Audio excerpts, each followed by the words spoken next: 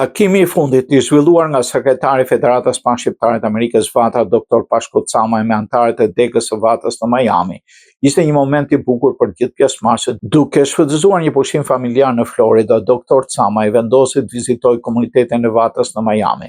Në një atmosferë miqësore dhe jo formale, zonja Irisa Lili, kryetare e degës së Vatës, prezantoi Dr. Camaj anëtarët e pranishëm të kësaj degës e disa prindër të klubit Flas Shqip.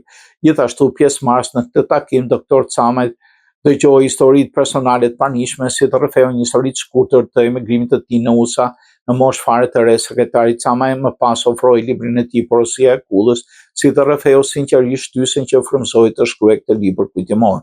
Një nga momentet më të rëndësishme të këtij takimi ishte falënderimi I Dr. Pashko Camajt për iniciativën e hapjes së klubit Flas Shqip, I cili një vit më parë hapi klasa falas për mësimin e gjuhës shqipe dhe tashmë ka përfshirë më shumë se 70 nxënës të regjistruar nga Miami deri në West Palm Beach. Ky model që ju shihni është dhe duhet të bëhet një shembull I shkëlqyer nga gjitha degët e Vatës dhe për komunitetet shqiptare kudo në botë.